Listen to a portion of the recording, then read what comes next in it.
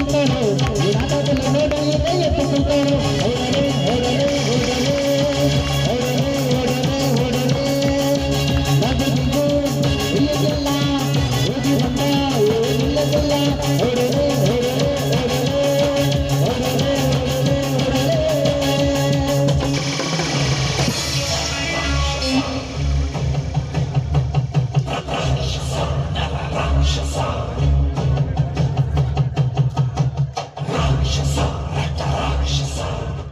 यदा यदा हि धर्मस्य ग्लानिर्भवति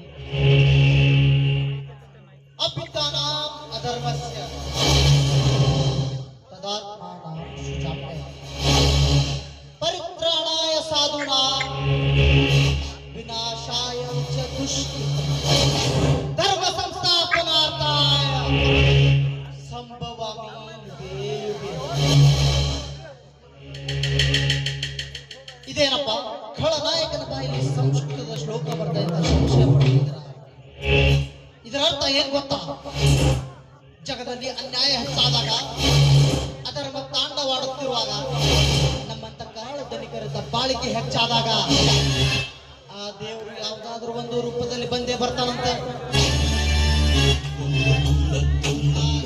ಇದು ಕಲಿಯುಗ, ತಲೆ ಇರೋರು ಕಲಿಯುಗ, ತೆಗೆಯೋರು ಕಲಿಯುಗ, ತಲೆ ಹೊಡೆಯೋರು ಕಲಿಯುಗ.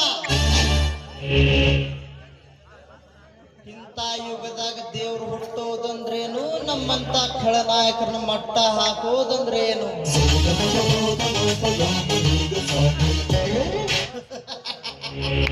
ಸಾಕ್ತಾನೆ. 5 ವರ್ಷಕ್ಕೊಮ್ಮೆ ಚುನಾವಣೆ ಬಂದ್ರೆ ಭೌತಿ ಭಿಕ್ಷಾಂತಿ ಅಂತ ನಿಮ್ಮ ಮುಂದೆ ಭೌತಿ ಭಿಕ್ಷಾಂತಿ ಅಂತ ಭಿಕ್ಷೆ ಬೇಡ್ತೀವಿ. ತಿನ್ನಾಕ ಕೂಳಿಲ್ಲ ಅಂತಲ್ಲ, ನೀವು ನೀಡೋ ಒಂದೇ ಒಂದು ಓಟಿನ ಆಸೆಗಾಗಿ ಬಣ್ಣ ಬಣ್ಣದ ಮಾತು ಹೇಳ್ತೀವಿ, ಇಲ್ಲ ಸಲ್ಲದ ಕಟ್ಟೆ ಕಟ್ತೀವಿ, ತಿನ್ನಾಕನ್ನ ಕೊಡ್ತೀವಿ, ಕುಡಿಯಾಕ ಗಂಡಾನು ಕೊಡ್ತೀವಿ, ಸಂಘ ಬಿದ್ದು ಮಗ್ಲ ಮಾಡ್ಕೊಳ್ಳೋದು ಕೊಡ್ತೀವಿ. ಇದು ನಾವು ಹಾಕೋ ರಾಜಕೀಯ ಲೆಕ್ಕಾಚಾರ. ನಿಮಗೆ ಅರ್ಥ ಆಗಲ್ಲ, ಅರ್ಥ ಆದ್ರೂ ಪಕ್ಕದವ್ರು ಹೇಳಲ್ಲ, ಹೇಳಿದ್ರು ತಿಳ್ಕೊಂಡು ಅವೇ ಇಮಾನ ಅವನಿಗೆ ಇರಲ್ಲ.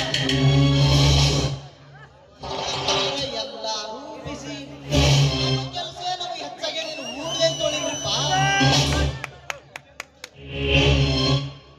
ನೀವು ಬದಲಾಗಲ್ಲ, ನಮ್ಮ ಬಿಡುವಂಗಿಲ್ಲ. ರೈತ ತಲೆಗೆ ಆಸೆ ಪಡ್ತಾನೆ, ನಾವು ಆಸೆ ಪಡುತ್ತಪ್ಪ. It is our own business. ಬಂಡವಾಳ ಹಾಕ್ತೀವಿ, ತಕ್ಕೋಬೇಕು ಅಷ್ಟೇ. ಸರ್ಕಾರಿ ಶಾಲಿ ಮಾಡಿಕೊಡ್ರಿ, ರಸ್ತಾ ಮಾಡಿಕೊಡ್ರಿ, ಸರ್ಕಾರಿ ದವಾಖಾನೆ ಮಾಡಿಕೊಡ್ರಿ ಅಂದ್ರೆ ಹಿಂದೆ ಬಿದ್ದಿರೋ ಯಾರು? ನಿಮ್ಮ ಇದೇ ನಿಮ್ಮ ಮುಸುಡಿ ನೋಡ್ಕೊಂಡು ಚುನಾವಣೆಗೆ ಒಂದೊಂದು ಒಟ್ಟಿಗೆ ಸಾವಿರ ಹಂಚಿದ್ರಪ್ಪ.